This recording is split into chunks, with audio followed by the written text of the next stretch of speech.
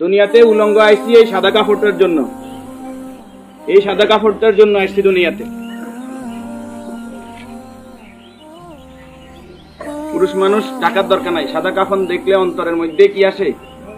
একটু ভয়। আর সেটা মনে রাখবেন, পুরুষের টাকার দরকার নাই, মহিলাদেরকে এভাবে উপর দিয়ে ঢেকে দিতে হয়। মরণের হরে জীবিত থাকতে দরকার নাই। কি কন? আমার মেয়ে, আমার স্ত্রী, আমার বোন, আমার মা বেপরদায় চলে, আমরা হইলাম দায়ুস। ওই পুরুষ দায়ুস যে তার স্ত্রী সন্তানকে পর্দা করায় না। আপনি থাকতে আপনার স্ত্রী কিভাবে ফেরিওয়ালার সামনে যায় আলু ফ্রাইজ কিনে, আপনি দেশে থাকতে, আপনি এলাকা থাকতে আপনার স্ত্রী কিভাবে মার্কেটিং করে যায়, এভাবে বাজার সদাই করে, আপনি পুরুষ কেন পর্দার ব্যাপারে সচেতন নয়? আপনার উপযুক্ত মেয়ে ওড়না ছাড়া ঘর থেকে বের হয় কিভাবে? আপনার মেয়ে, আমার মেয়ে কিভাবে পায়জামা টাকনুর উপরে পরে? আমার ছেলে কিভাবে পায়জামা টাকনুর নিচে পরে? আমার টাকা দিয়ে আমার ছেলে সিগারেট খায়, আমার টাকা দিয়ে, আমার টাকার এমবি খরচ করে আমার ছেলে মেয়ে ঘরের মধ্যে গান বাজনা করে। আপনি পুরুষ উদাসীন, আপনার খবর নাই। খোদার কসম, দায়ুস ওই পুরুষ যে পুরুষ তার পরিবারকে দিন শিক্ষা দেয় না, কোরআন শিক্ষা দেয় না, পর্দার কথা বলে না, আর দায়ুস জাহান্নামে যাবে। এই দুনিয়াতে আসছে সাদা কাপড়টার জন্য, শুধু এই সাদা কাপড়টা অ্যারেস্ট করার জন্য। কিন্তু এই সাদা কাপড়টাও নিজের টাকায় কিনা হয়, নিজের টাকায় কিনা হয় না, আত্মীয় স্বজন কেউ না কেউ। আমরা অনেক সময় শুনছি যে 3.5 হাতের মালিক ছাড়া আমি ন, আমি নিজে 8-10টা কবর এইভাবে দিছি যে উনি যে জায়গা দেখাই গেছে এই জায়গা কবর দিন আর জায়গা দিচ্ছি আমাদের বাড়িতে। কথা কি বুঝতে পারছেন? উনি যে জায়গা দেখাই গেছে ওই জায়গায় দিতে পারি নাই বিভিন্ন কারণে। ওই জায়গার মধ্যে হয়তো পুরান কবর পড়ছে, অথবা ওই জায়গার মধ্যে খাদ গর্ত বেশি, পানি হয়ে গেছে। তাহলে আমার শেষ জায়গাটাও আমার নির্দেশনা মতো হয় না, পরিবারে যারা আছে তাদের নির্দেশনা মতো হয়। যে রাসূলের সম্মানটা এত বেশি, সে রাসূলের প্রতি দুরূদ ও সালাম সাল্লাল্লাহু আলাইহি ওয়াসাল্লাম।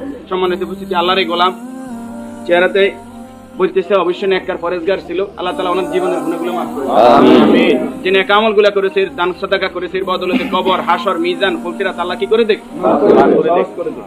আমরা যারা জানাজায় উপস্থিত হয়েছে আল্লাহ আমাদেরকে মাফ করে দেখ। আল্লাহ তাআলা এই পরিবারকে ধৈর্য ধারণ করার তৌফিক দান করুন, আমিন। 40 জন জানাজাতে কাদেরকে উপস্থিত করাইবেন?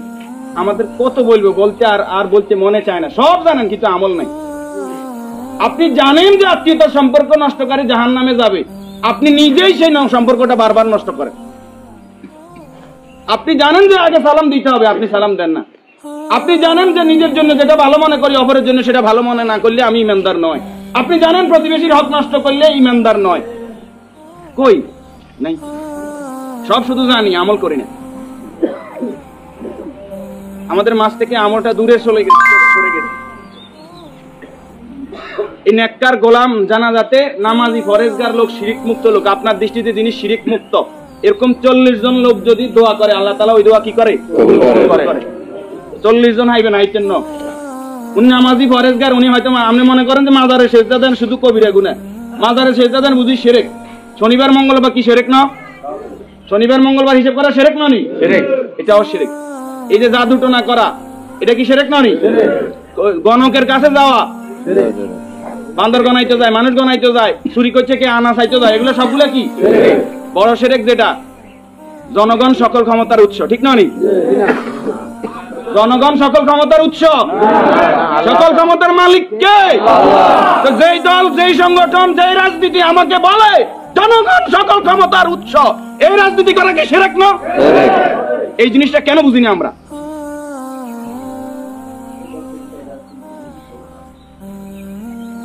আপনি মুখে বললেন জনগণ সকল ক্ষমতার উৎস, অন্তরে আপনি বলবেন যে হ্যাঁ আল্লাহ সকল ক্ষমতার উৎস, এটা তো আল্লাহ মানে না। মুখে যেটা বলতে হবে অন্তরে এক থাকতে হবে। তাহলে সকল ক্ষমতার মালিক কে? আল্লাহ। আর যারা রাষ্ট্র ক্ষমতায় গিয়ে, একজন মুমিন ইসলামী রাষ্ট্র ব্যবস্থার বাইরে যাওয়ার কোনো সুযোগ নাই। যদি আওয়ামী লীগ আবার তওবা ইস্তেগফার করি আই কয় যে আমরা আল্লাহর আইন অনুযায়ী রাষ্ট্র চালাইম, আমরা কইম আলহামদুলিল্লাহ। বিএনপি যদি কালকে বলে যে আমরা রাষ্ট্র চালাইম আল্লাহর আইন অনুযায়ী, কোরআনের আইন দিয়ে রাষ্ট্র চলবে, সৎ নামাজি ফরেজগার লোকরা চেয়ারম্যান মেম্বার হইব, তাকওয়াবান হইব, আমরা বিএনপির সাথে আছি, বিএনপিকে ভোট দেব।